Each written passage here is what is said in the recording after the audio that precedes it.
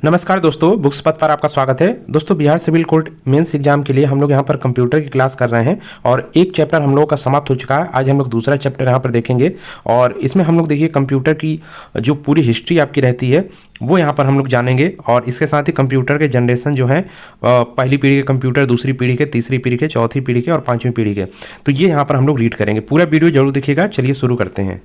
इसके साथ ही दोस्तों यहाँ पर हम आपको बता दें, इसका पीडीएफ आपको हमारे टेलीग्राम चैनल पर मिल जाता है। टेलीग्राम का लिंक डिस्क्रिप्शन बॉक्स में है, उसको आप ज्वाइन कर लीजिएगा। टेलीग्राम यदि आपके पास इंस्टॉल नहीं तो इंस्टॉल करके टेलीग्राम से जुड़ जाइए, वहाँ से आपको यहाँ से पीडीएफ मिल जाएगा जिससे आप इसको दोबारा रीड कर सकते हैं। तो चलिए शुरू करते हैं। दोस्तों, कंप्यूटर में आज हम लोग चैप्टर नंबर 2 पढ़ेंगे, जिसमें कंप्यूटर का उद्भव और विकास, इसके बारे में यहाँ पर डिटेल रूप से पढ़ेंगे। कैसे कंप्यूटर का आपका विकास हुआ, प्रारंभ में कौन से कंप्यूटर रहे हैं और न्यू कंप्यूटर की आपकी कैसे यहाँ पर डाली गई है, तो पूरा यहाँ पर एक एक चीज़ देखेंगे। इसके साथ ही जनरेशन ऑफ कंप्यूटर देखेंगे, जितनी पीढ़ियाँ कंप्यूटर की आपकी रही है और वर्तमान में कौन सी पीढ़ी आप कंप्यूटर का यहाँ पर यूज करते हैं, वो पूरी बात यहाँ पर हम करेंगे। काफ़ी इंपॉर्टेंट ये वीडियो लेक्चर होने वाला है, क्योंकि यहाँ से एक क्वेश्चन इस चैप्टर से जरूर आपको देखने को मिलता है आपके एग्जाम में। तो चलिए दोस्तों शुरू करते हैं। सबसे पहले कंप्यूटर का इतिहास की बात करें तो 250 वर्ष से भी पुराना आपका हिस्ट्री कंप्यूटर की रही है। और शुरू में देखिए जो कंप्यूटर बनाया गया था वो मुख्य रूप से आपका आप आज जो देखते हैं स्क्रीन वाला कंप्यूटर और जिसमें कीबोर्ड वगैरह होता है, पूरा इलेक्ट्रॉनिक रहता है, उस टाइप का नहीं था। जो शुरू में कंप्यूटर की जो शुरुआत हुई न्यू पड़ी, वो मुख्य रूप से यहाँ पर देखिए एक पहले ये यंत्र बनाया गया था जो कि मुख्य रूप से आपका गणना करने से रिलेटेड था। तो इसको अबेकस कहा जाता है। इसमें देखिए क्या होता था, इस डिवाइस की मदद से गणितीय क्रियाओं को सरलता से किया जाता था, यानी जोड़ घटाव जो था इसकी जरिए आसानी से यहाँ पर किया जाता था। तो इसको इसलिए हम पढ़ रहे हैं क्योंकि यहीं से आपकी आगे जो कंप्यूटर का जो नींव थी वो मुख्य रूप से यहीं से आपकी पड़ गई और आगे इसका विकास हुआ। तो आज हम लोग जो कंप्यूटर देखते हैं वो मुख्य रूप से यहाँ से इसकी शुरुआत हो गई थी। इसे विश्व का प्रथम संगणक यंत्र कहा गया, तो ये भी ध्यान रखिएगा, काफ़ी इंपॉर्टेंट है। एक लाइन का आपका ये पॉइंट है, नोट कर लीजिएगा। प्रथम संगणक यंत्र आपका अबेकस रहा है। नेक्स्ट यहाँ पर अब बात करते हैं। यहाँ पर देखिए अबेकस की फुल फॉर्म भी दिया गया है, हालांकि ये ज़्यादा नहीं आता आपके एग्जाम में, लेकिन फिर भी यहाँ पर आप इसको पढ़ लेंगे तो हो जाएगा। तो अबेकस का यहाँ पर फुल फॉर्म आपका दे दिया गया है। इसके अलावा हिंदी में इसका पूरा नाम दिया गया है। यह जोड़ घटाव, विभाजन, वर्गमूल, ये सब चीज़ें यानी गणित की जो भी चीज़ें थी ये करता था। तो यानी शुरू में बात की जाए कंप्यूटर किस लिए बनाया गया था, तो कंप्यूटर गणना के लिए बनाया गया था, क्योंकि काफ़ी समय तक गणना ही इससे की जाती थी। आगे चलकर ये जो अब नए रूप में हम लोग देखते हैं, इसमें काफ़ी चीज़ें, अब कंप्यूटर का पूरा काम आपका इसी से होता है, कंप्यूटर से ही।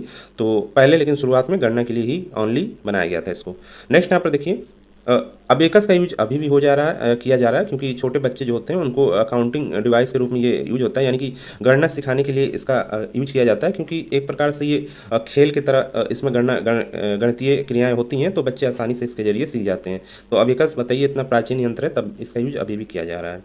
नेक्स्ट यहाँ पर देखिए जॉन नेपियर की हड्डी, तो ये एक आविष्कार मुख्य रूप से था। इसमें क्या था देखिए, नेपियर बांस हड्डियों, दांती के दांत या धातु से बनी छड़ें होती थी। इसमें यहाँ पर देखिए ये जो लगी हुई हैं ये सब हड्डियों का था, तो लकड़ी या हड्डियों से बना होता था। और इस यंत्र को कार्डबोर्ड मल्टीप्लिकेशन कैलकुलेटर भी कहते हैं। यह मशीन कंप्यूटर हिस्ट्री में दशमलव बिंदु का उपयोग करने वाली पहली मशीन थी। नेक्स्ट यहाँ पर आप दोस्तों देखते हैं पास्कल लाइन। तो यहाँ पे देखिए पास्कल लाइन का आविष्कार जो किया था वो ब्लेज पास्कल ने किया था। 1942 फ्रांस के थे ये, और ये भी एक यांत्रिक गणना करने वाली मशीन थी। ये मशीन सिर्फ जोड़ने घटाने की कार्य करता था और घड़ी तथा ऑटोमीटर के सिद्धांत पर कार्य करता था। तो पास्कल ने पहला यहाँ पर क्या है, मैकेनिकल कैलकुलेटर मशीन बनाया। तो सर्वप्रथम मैकेनिकल यदि गणना करने वाला यंत्र की बात की जाए तो आपकी पास्कल लाइन होती है। ध्यान रखिएगा इसको, ये क्वेश्चन कई बार आ चुका है। पहला मैकेनिकल गणना करने वाला यंत्र कौन सा था, तो पास्कल लाइन था। नेक्स्ट यहाँ पर देखिए स्टेप्ड रेकॉर्डर, यहाँ पर देखिए ये थे आपके, तो इन्होंने एक ये देखिए लेबनीज व्हील बनाया हुआ था, 1694 में पूरा हुआ। ये बहुत काफ़ी पुराना ये आपका रहा है, काफ़ी इंपॉर्टेंट ये नहीं है। ये पहला कैलकुलेटर था जो कि सभी प्रकार के 4 अंकगणितीय ऑपरेशंस कर सकता था। तो ये यहाँ पर है। इसके बाद देखिए जो आया, उसके बाद डिफरेंस इंजन बनाया गया। ये आपके चार्ल्स बेबेज द्वारा यहाँ पर बनाया गया था। और ये पास्कल लाइन जो आपकी थी गणना करने वाली यंत्र, उसकी प्रेरणा के द्वारा, यानी कि उसी के आधार पर इसको बनाया गया था।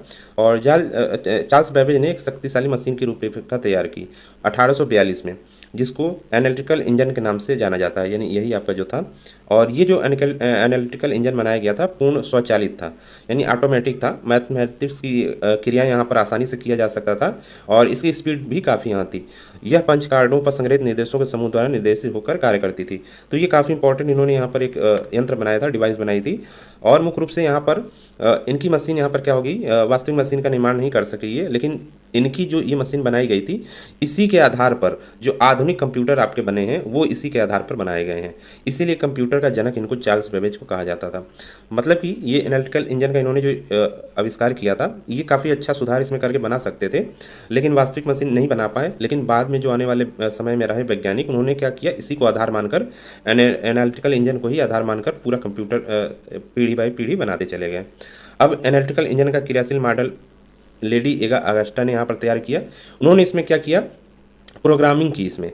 अब ये प्रोग्राम के जरिए चलाया जाने लगा, यानी एक डिवाइस मशीन थी जिसमें प्रोग्रामिंग कर दी गई। इन्होंने बनाया था चार्ल्स बेबेज ने, लेकिन लेडी जो ये थी एडा अगस्टा, इन्होंने इसमें प्रोग्राम डाल दिया तो वो और अच्छे से वर्क करने लगा। तो ये दुनिया का प्रथम प्रोग्रामर किसे कहा जाता है, एडा अगस्टा को, ध्यान रखिएगा। नेक्स्ट यहाँ पर देखिए सेंसस, यहाँ पर देखिए ट्यूबलेटर ये है, तो ये भी एक आपकी गणना करने वाली मशीन थी और काफ़ी तेज़ थी, तो इनके द्वारा बनाई गई थी। ये काफ़ी इंपॉर्टेंट, ये ज़्यादा नहीं है। नेक्स्ट यहाँ पर देखिए इसके बाद जर्मन ये जो यही थे हेल्फ्रेड मशीन बनाई। आगे चलकर इस कंपनी का नाम बदलकर ये कंपनी बदल दी गई, कंप्यूटर टेबलेटिंग रिकॉर्डिंग कंपनी हो गया। इसके बाद इस कंपनी को क्या IBM ने यहाँ पर क्या कर लिया, खरीद लिया। तो अब जो सबसे पुरानी कंपनी आपकी कंप्यूटर में बनाती है वो IBM आपकी रही है। यानी सर्वप्रथम जो कंप्यूटर आपका बनाया गया था वो IBM द्वारा ही बनाया गया था, और सबसे पुरानी कंपनी है IBM कंप्यूटर के मामले में। आज पूरे विश्व में कंप्यूटर मैन्युफैक्चरिंग करने वाली सबसे बड़ी कंपनी भी आपकी IBM ही है। नेक्स्ट यहाँ पर देखिए डिफरेंशियल एनालाइजर ये आपका था। तो ये पहला आधुनिक एनालॉग कंप्यूटर था, यानी कि अब कंप्यूटर की यहाँ से आपकी शुरुआत हो चुकी थी। जो आधुनिक आप देखते हैं कंप्यूटर, उसकी शुरुआत यहाँ से हो गई थी। ये पहला आपका एनालॉग कंप्यूटर था। इसका आविष्कार 1930 में मैसाचुसेट्स इंस्टीट्यूट के वन नेवर बुश ने किया था। और इसमें देखिए क्या चीज़ें थी, भौतिक तथा इंजीनियरिंग उपयोग की जाने वाली कठिन समस्या थी। इस मशीन गणना करने के लिए इलेक्ट्रिक सिग्नल्स को वैक्यूम ट्यूब द्वारा स्विच किया जाता था, यानी इसमें वैक्यूम ट्यूब का पहली बार यूज आपका किया गया, और 20 मिनट से अधिक गणना कर सकता था। तो ये क्योंकि काफ़ी पहले क्या था कि काफ़ी टाइम लगता था आपका कोई भी जो डिवाइस से बनाई गई थी उसमें गणना करने या कुछ भी करने में, क्योंकि पहला कैलकुलेटिंग ही होता था कंप्यूटर के जरिए जो आपके बनाए गए थे, तो गणना में टाइम लगता था। लेकिन ये थोड़ा आपका यहाँ पर जैसे जैसे आगे बढ़ेंगे आप, टाइम की कमी होती जाएगी, गणना स्पीड फास्ट होती जाएगी। नेक्स्ट यहाँ पर देखिए प्रारंभ के कुछ प्रसिद्ध कंप्यूटरों को अपना यहाँ पर हम लोग देख लेते हैं, जो मतलब उसको हम लोग कंप्यूटर कह सकते हैं, क्योंकि ऊपर जो हमने डिवाइसें देखी वो एक प्रकार से आपकी केवल ओनली गणना करने वाली मशीनें थी, उसके जरिए और कोई काम नहीं होता था। लेकिन यहाँ से हम लोग थोड़ा कंप्यूटर के मतलब बहुत सारे जो काम कर सकता था उसको हम यहाँ पर देखेंगे। तो यहाँ पर देखिए मार्क 1 जो आपका पहला कंप्यूटर था वो बनाया गया था 1937 में। तो ध्यान रखिएगा पहला विश्व का पहला कंप्यूटर आपका कौन था, मार्क 1 था, और IBM ने ही इसको बनाया था यहाँ पर डॉक्टर हार्वर्ड के साथ मिलकर। और ये स्वचालित आपकी थी, गणना करने वाली मशीन थी, और आधिकारिक नाम इसका ऑटोमेटिक सीक्वेंस कंट्रोल कैलकुलेटर रखा गया था। आगे चलकर इसका नाम मार्क 1 हो गया। यानी दुनिया का पहला कंप्यूटर की बात की जाए जो पूर्ण रूप से स्वचालित था वो आपका मार्क 1 था, ध्यान रखिएगा। यानी कि उसको हाँ मतलब मैकेनिकल का मतलब है, इसमें पूर्ण रूप से आपका क्या था कि उसको हाथ से आप नहीं चलाएंगे, स्वचालित था, उसको इंस्ट्रक्शन देंगे तो आपको चलेगा। नेक्स्ट यहाँ पर देखिए ये विश्व का पहला विद्युत यांत्रिक कंप्यूटर भी था, क्योंकि इसमें विद्युत और यांत्रिक दोनों ही प्रकार के उपकरण लगे थे। ये कंप्यूटर अत्यधिक बड़ा, बनावट में काफ़ी जटिल था, साथ ही ये काफ़ी मतलब बड़ा ये कंप्यूटर आपका था। यानी शुरू कंप्यूटर जो थे वो काफ़ी बड़े होते थे, काफ़ी उसमें चीज़ें यूज की जाती थी, तब जाके वो कंप्यूटर वर्क करता था। तो ये मार्क 1 आपका जो पहला कंप्यूटर बनाया गया था वो काफ़ी बड़ा था, और 3000 से ज़्यादा स्विच इसमें लगे हुए थे। देखिए 3000 से भी ज़्यादा स्विच, तब जाके वो कहीं आपका वर्क करता था, और जिसकी मदद से केवल यहाँ पर अभी भी केवल क्या था, जोड़ घटाव वाली यानी गणितीय संक्रियाएँ की जा रही हैं, लेकिन काफ़ी बड़े स्तर पर, तो ये इसमें हो पाता था। नेक्स्ट इसके बाद मार्क के और भी यहाँ पर रूप विकसित हुए, यानी कि इनका में अपडेट किया गया। उसके बाद हमारा जो कंप्यूटर आता है वो फर्स्ट इलेक्ट्रॉनिक कंप्यूटर ABC आता है। ये देखिए क्या था, ये जो था आपका मार्क 1 ये आपका विद्युत यांत्रिक था, यानी इलेक्ट्रिक के साथ साथ मैकेनिकल भी था, यानी इसमें मैकेनिकल का भी यूज किया जाता था बिजली के साथ साथ। लेकिन जो पहला पूर्ण इलेक्ट्रिक था, यानी इसमें कोई भी काम आप अपने हाथ से नहीं करेंगे, पूरा तरह इलेक्ट्रॉनिक से ये निर्मित था, वो आपका कंप्यूटर था ABC। इसको जॉन एटॉनसॉफ ने अपने सहयोगी क्लिफबोर्ड बेरी के साथ मिलकर बनाया था, इसलिए इसका ABC नाम यहाँ पर दिया गया था। उसके बाद जो आपका कंप्यूटर आया, यहाँ से ये क्वेश्चन इंपॉर्टेंट हो जाता है, पहला पूर्ण इलेक्ट्रॉनिक कंप्यूटर कौन सा था, तो वो ABC था। ये भी एग्जाम में आ चुका है, जो इंपॉर्टेंट है उसको हम यहाँ पर बता दे रहे हैं आपको। और यदि पूछ दे कि पहला विद्युत यांत्रिक कंप्यूटर या मैकेनिकल इलेक्ट्रॉनिक कंप्यूटर कौन सा था, तो आपका मार्क 1 था। और फुल इलेक्ट्रॉनिक कंप्यूटर कौन था, तो आपका ABC। नेक्स्ट उसके बाद एनआईक यहाँ पर आपका कंप्यूटर आया, और इसमें electronic numerical integrated and calculator, इससे देखिए ध्यान रखिएगा इसका फुल फॉर्म इसका कई बार आया हुआ है, तो यहाँ पर फुल फॉर्म इसका जरूर ध्यान रखिएगा। इस कंप्यूटर का निर्माण 1940 में संयुक्त राष्ट्र अमेरिका की सेना के प्रयोग के लिए किया गया था और ये एक विशाल कंप्यूटर था जिसमें 18,000 वैक्यूम ट्यूब्स लगाए गए थे। शुरुआत में जो कंप्यूटर बने थे वो आपके वैक्यूम ट्यूब की मदद से यहाँ पर उनको बनाया गया था और इस कंप्यूटर का इस्तेमाल संयुक्त राज्य अमेरिका की सेना ने 1955 तक किया, यानी कि एनआईसी जो था वो एक प्रकार से कंप्यूटर का थोड़ा यहाँ पर विकसित रूप था। नेक्स्ट यहाँ पर देखिए ये EDSEC यहाँ पर जो था इसका पूरा नाम आपका है electronic delay storage automatic calculator. ये सबसे पहला संग्रहित प्रोग्राम कंप्यूटर था, यानी इस कंप्यूटर का पहली बार प्रोग्राम को रन किया गया, यानी कि पहली बार प्रोग्राम इसमें मतलब रन किया गया, यानी कि सॉफ्टवेयर आपके जो थे वो इसमें डाले गए, ऑपरेटिंग सिस्टम एज ए इसको मान सकते हैं, तो उसमें रन हो गया। तो ये आपका ये EDSEC था, ये ध्यान रखिएगा इसको। नेक्स्ट यहाँ पर EDVAC आया, इसमें इसका पूरा नाम है electronic discrete variable automatic computer. 1950 में वान न्यूमैन ने EDVAC का विकास किया, जिससे अंकगणित क्रियाओं हेतु बाइनरी अंक प्रणाली का प्रयोग किया गया। यानी कि देखिए, क्योंकि बाइनरी जब आप यूज करने लगते हैं तो यहाँ पर आपका एक कंप्यूटर जो आधुनिक कंप्यूटर है उसका निर्माण होने लगता है, तो डिजिटल प्रारूप में संग्रहित किया गया। नेक्स्ट यहाँ पर था आपका यूनिवर्सल ऑटोमेटिक कंप्यूटर, यूनिवैक जिसको कहा जाता है। इसका विकास 1946 से 1951 के मध्य एस्कार्ट के म्यूचुअली ने अपनी संस्था में व्यापारिक अनुप्रयोग हेतु किया था, लेकिन ये बेकार सिद्ध हो गया। इसके बाद आपका आया यूनिवैक फर्स्ट, ज़्यादा इंपॉर्टेंट नहीं है। उसके बाद आपका आया IBM 701, IBM 650। तो IBM कंपनी जो कंप्यूटर बनाया था वो आपका यहाँ पर 701 IBM द्वारा बनाया गया था, सर्वप्रथम कंप्यूटर, और ये काफ़ी यहाँ पर सही रहा, यानी कि विकसित रूप से था, तो ये काफ़ी इंपॉर्टेंट रहा है। नेक्स्ट यहाँ पर देखिए माइक्रो प्रोसेसर के अब आपका यूज होने लगा। पहले आपका क्या था, वैक्यूम ट्यूब का यूज किया जाता था, तो वो कंप्यूटर काफ़ी एक तो बड़े हो जाते थे और काफ़ी स्लो होते थे और उन पर वर्क भी कम किया जाता था। लेकिन जब जैसे ही आपका यहाँ पर आप माइक्रो प्रोसेसर आप पढ़ रहे हैं, इसका आविष्कार हो जाएगा, तो अब आपका कंप्यूटर नए रूप में यहाँ पर देखने को मिलेंगे। तो माइक्रो प्रोसेसर के इतिहास की बात करें, ये आपका चिप होता है एक प्रकार से। यहाँ पर देखिए इंटेल 404 जो आपका था सर्वप्रथम प्रोसेसर, यानी अभी भी इंटेल कंपनी आपकी प्रोसेसर बना रही है कंप्यूटर के क्षेत्र में। तो पहला जो इसका प्रोसेसर था वो इंटेल 404 था, जो कि 1969 में बनाया गया था और काफ़ी ये यहीं से आपकी जो आधुनिक कंप्यूटर की इसकी शुरुआत हो गई। जो अभी आप चिप लगे देखते हैं कंप्यूटर में, वो यहाँ से शुरुआत होती है और ये लिमिटेड डाटा को प्रोसेस करती थी। अब अभी क्या है, जो चिप आता है आपका इंटेल का, उसमें काफ़ी आप चीज़ें कर सकते हैं, मल्टी प्रोग्रामिंग होता है, लेकिन उस समय जो था वो बहुत ही कम उसमें चीज़ें थी, तो कम ही काम करेगा। लेकिन यहाँ से माइक्रो प्रोसेसर की शुरुआत हो गई थी। जो पहले जो कंप्यूटर बने थे उनसे काफ़ी यहाँ पर अच्छे कंप्यूटर इस चिप के जरिए बनने लगे। इसके अलावा यहाँ पर देखिए इसमें कुछ पॉइंट है, PDF में इसको एक बार रीड कर लीजिएगा, ज़्यादा इंपॉर्टेंट नहीं है इसलिए हम इसको छोड़ दे रहे हैं यहाँ पर। नेक्स्ट यहाँ पर देखिए प्रोसेसर की गति जो होती है उसको गीगाहर्ट्ज़ में मापा जाता है और इस पर डिपेंड करती है, जितना गीगाहर्ट्ज़ का होगा वो आपका उतना ही तेज कंप्यूटर कहलाएगा। नेक्स्ट यहाँ पर देखिए पर्सनल कंप्यूटर की शुरुआत 1977 से होती है। 1974 में डेवलप किया गया और 1977 में पहला माइक्रो कंप्यूटर PC विकसित किया गया, यानी कि पर्सनल कंप्यूटर को PC माइक्रो कंप्यूटर होते हैं। यहाँ पर देखिए Apple I जो आपका था कंप्यूटर वो था और कंप्यूटर मोटर गैराज में तैयार हुआ था 3 महीने में। ये ज़्यादा यहाँ पर इंपॉर्टेंट नहीं है, बस ये सुन लीजिए पहला PC जो था वो एप्पल द्वारा बनाया गया था। ये काफ़ी विकसित आपका PC था। नेक्स्ट यहाँ पर देखिए कंप्यूटर का यहाँ पर वर्गीकरण किया गया है, क्योंकि यहाँ पर देखिए हार्डवेयर के आधार पर जो हम पढ़ेंगे यही आपका कंप्यूटर का जनरेशन है। हार्डवेयर का मतलब है किस आधार पर वो कंप्यूटर बना है, उसमें क्या चीज़ें यूज हुई हैं और अभी हम लोग क्या चीज़ें उसमें यूज कर रहे हैं। इसके बाद कार्य पद्धति के आधार पर ये कंप्यूटर होते हैं और कार्य आकार के आधार पर ये कंप्यूटर होते हैं। इन सभी के बारे में यहाँ पर पढ़ेंगे। हार्डवेयर के आधार पर देखिए पहली पीढ़ी के कंप्यूटर, दूसरी पीढ़ी के, तीसरी पीढ़ी के, चौथी पीढ़ी के और पांचवी पीढ़ी के। कार्य पद्धति के आधार पर, यानी कि उनके कार्य किस एरिया में हैं, तो analog computer, digital computer, hybrid computer. कार्य के आधार पर, यानी कितना कार्य वो करेगा, उसमें होता है एक main frame computer, mini computer, micro computer और सुपर कंप्यूटर। सबसे ज़्यादा जो वर्क होता है, यानी सबसे ज़्यादा वर्क का नहीं मतलब यहाँ पर, सबसे मतलब जटिल जो क्रियाएं करता है वो आपका सुपर कंप्यूटर होता है। यानी कि हार्ड कॉम्प्लिकेटेड जितनी भी वर्क होते हैं वो सुपर कंप्यूटर द्वारा किए जाते हैं। जो हल्के फुल्के काम होते हैं वो आप PC लैपटॉप द्वारा कर सकते हैं। नेक्स्ट यहाँ पर अब इनका जनरेशन कंप्यूटर का देखते हैं, यही आपका इस चैप्टर में ज़्यादा इंपॉर्टेंट है। ऊपर की एक दो चीज़ें इंपॉर्टेंट थी वो हमने आपको बता दिया। बहुत साल पहले कंप्यूटर का इस्तेमाल किया जाता था और आज भी किया जाता है। पहले कंप्यूटर और आज कंप्यूटर में बहुत अंतर आया है। मुख्य रूप से यहाँ पर स्पीड की यहाँ पर देखा जाए तो अंतर आया है और टेक्नोलॉजी का विकास हुआ है। आज कंप्यूटर से कई काम हम लोग कर सकते हैं और यहाँ पर मुख्य रूप से 5 पीढ़ियाँ आपकी विकसित हुई है कंप्यूटर में। जो हम लोग वर्तमान यूज कर रहे हैं वो 5वीं पीढ़ी के कंप्यूटर हैं, यानी कि इसमें पूर्ण विकास हो चुका है इस कंप्यूटर में 5वीं पीढ़ी तक आते आते। तो ये देख लेते हैं कौन कौन से हैं।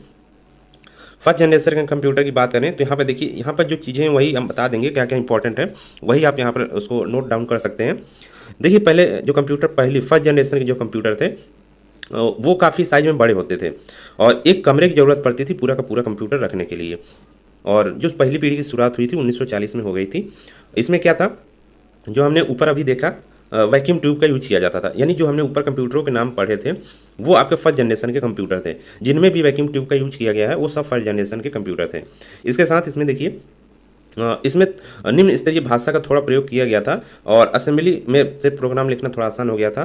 ज़्यादा इसमें आपकी प्रोग्रामिंग नहीं थी, इन कंप्यूटरों में बहुत हल्की फुल्की प्रोग्रामिंग थी।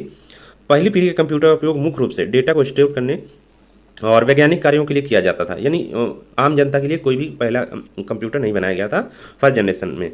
केवल ये आपका वैज्ञानिकों के लिए मतलब यूज के लिए वो बनाया गया था, गणना कर सकें और भी चीज़ें जो थी उनके द्वारा कर सकें। हालांकि ज़्यादा इससे काम नहीं होता था और इसमें बैच प्रोसेसिंग का सिस्टम का यूज किया गया था। तो यहाँ पे मुख्य रूप से दो ही लाइन इंपॉर्टेंट है। पहला वैक्यूम ट्यूब का इसमें यूज किया जाता था और बैच प्रोसेसिंग सिस्टम का यूज किया जाता था। ये देखिए नाम अभी हमने पढ़े, इनायक हो गया, इडवैक हो गया, यूनिवैक हो गया, IBM का कंप्यूटर था। तो ये सब फर्स्ट जनरेशन के कंप्यूटर थे आपके। नेक्स्ट यहाँ पर जो आता है आपका, यहाँ पर इसके फ़ायदे देख लेते हैं। इसमें निवार्ड ट्यूब का यूज किया गया तथा भंडारण हेतु पंच कार्ड का प्रयोग किया गया। वैक्यूम ट्यूब की टेक्नोलॉजी ज़्यादा महंगी नहीं थी, यानी पहले वैक्यूम ट्यूब सस्ता था तो उसका यूज कर लिया जाता था।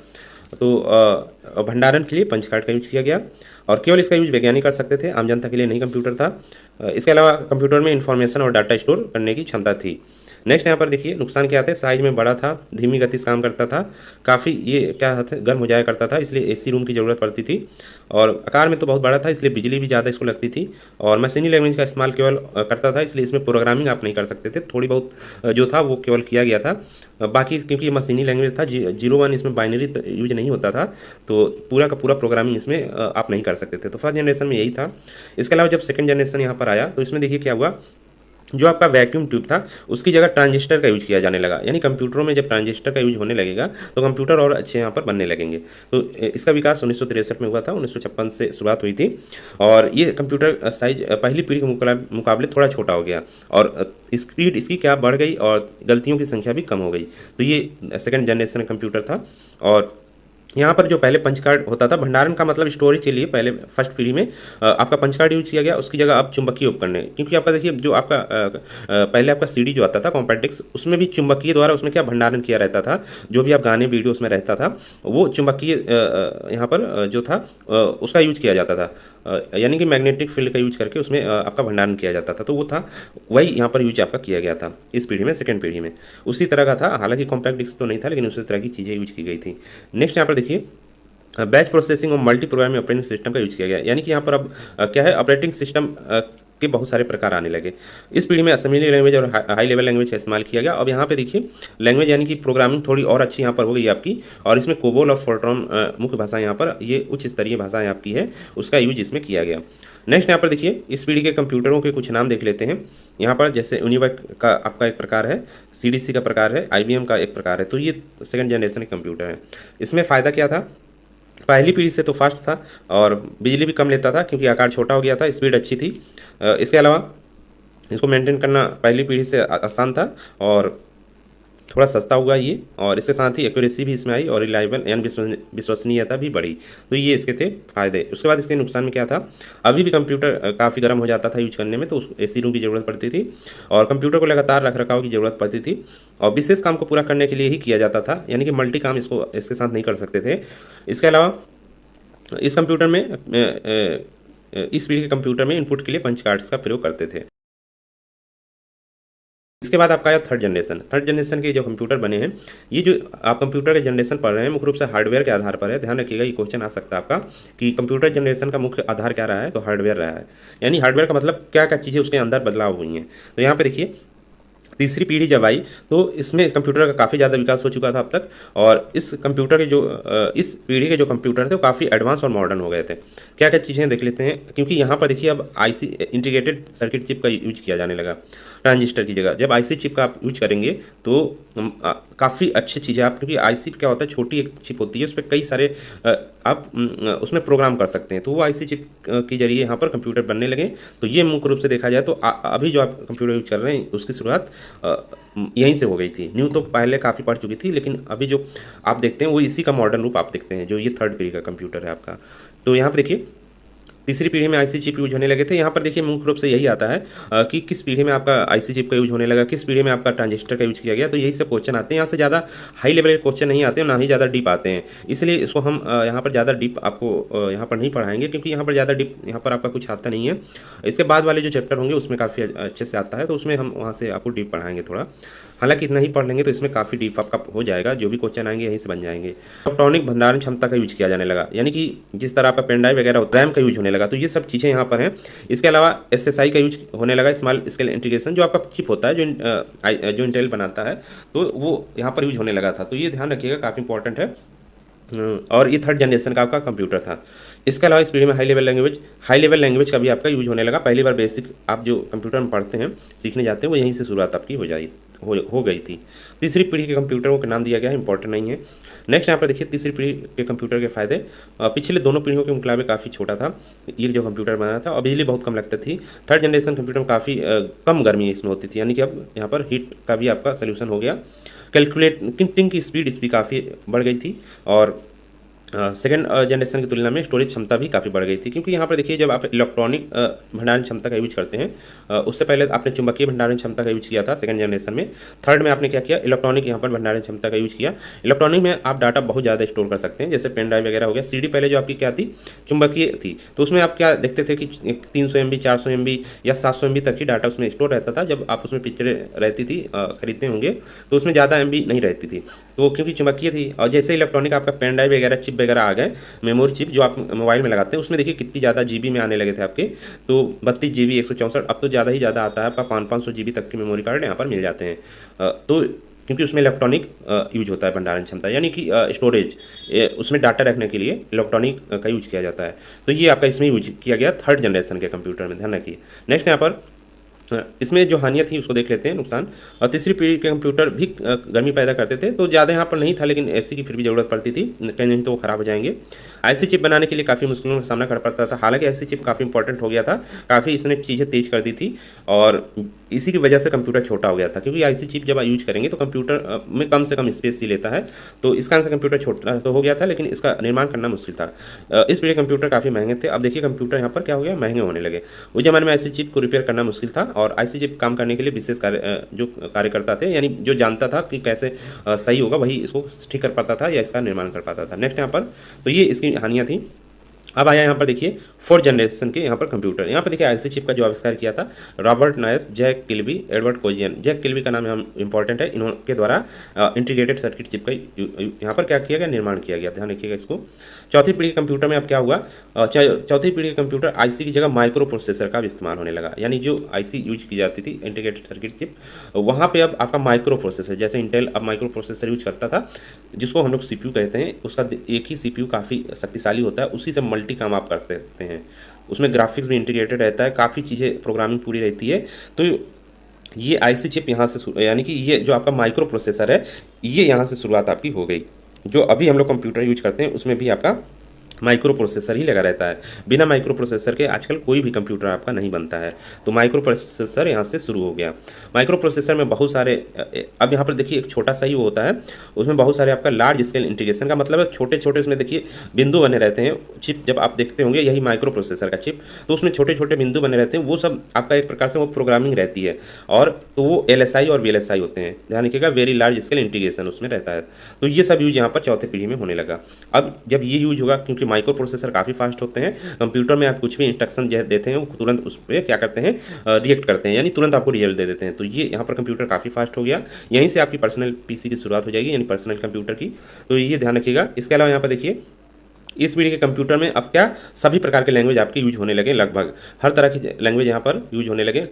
यहाँ पर C++ हो गया, और इसके अलावा भी अन्य जो भी आपकी उच्च स्तरीय भाषाएं थी वो सब यहाँ पर यूज होने लगा। और साथ ही आपका लैन और वैन का भी विकास हो गया। लैन का मतलब नेटवर्किंग एक प्रकार से आप कह सकते हैं। लैन मतलब लोकल एरिया नेटवर्क, एक जिले के अंदर या एक स्कूल के अंतर्गत जो भी कंप्यूटर आपके लगे रहते हैं वो सब लैन के अंतर्गत आते हैं, एक दूसरे से वायर के जरिए जुड़े रहते हैं। अब तो वाईफाई के जरिए भी जुड़े रहते हैं। और वैन मतलब वाइड एरिया नेटवर्क का भी यूज होने लगा, यानी कि एक देश से एक जिले से, एक राज्य से दूसरे राज्य, एक जिले से दूसरे जिले, या एक देश से दूसरे देश, तो ये आपका वैन होता है।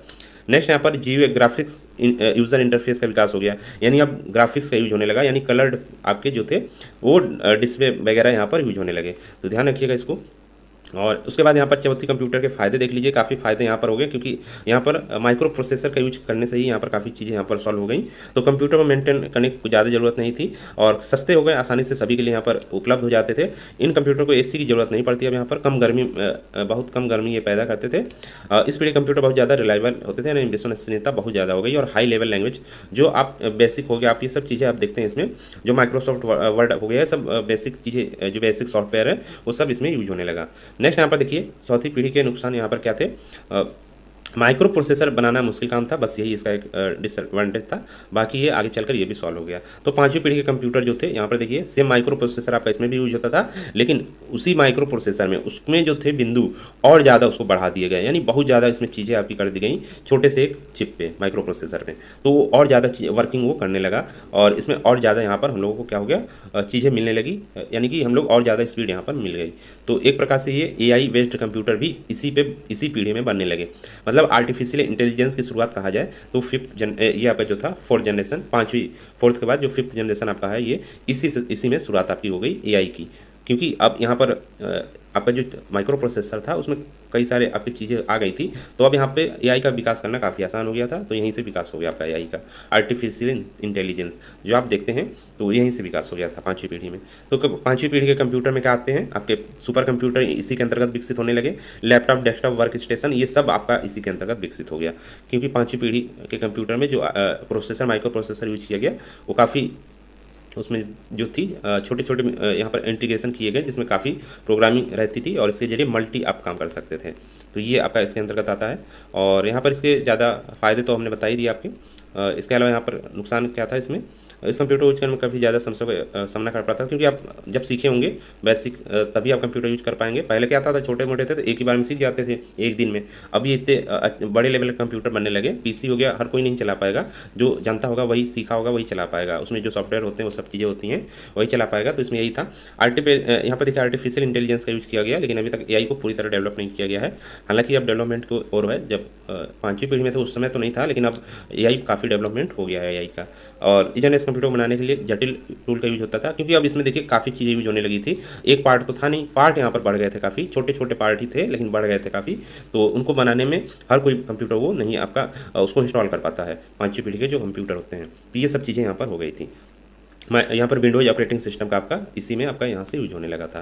तो ये सब चीज़ें आपकी हैं। अब दोस्तों ये आपका यहाँ पर हो गया था कंप्यूटर की पीढ़ियाँ। नेक्स्ट हम लोग दोस्तों यहाँ पर देखेंगे टाइप्स ऑफ कंप्यूटर, जो आपके मिनी कंप्यूटर होते हैं, मेन फ्रेम होते हैं, माइक्रो कंप्यूटर होते हैं, उनको देखेंगे। आप जो यूज करते हैं कंप्यूटर, पर्सनल कंप्यूटर, वो कौन से होते हैं, मिनी होते हैं, माइक्रो होते हैं या मेन फ्रेम होते हैं। साथ ही सुपर कंप्यूटर को भी देखेंगे वो नेक्स्ट चैप्टर में। तब तक यहाँ पर आप इसको रिविजन एक बार कर लीजिएगा।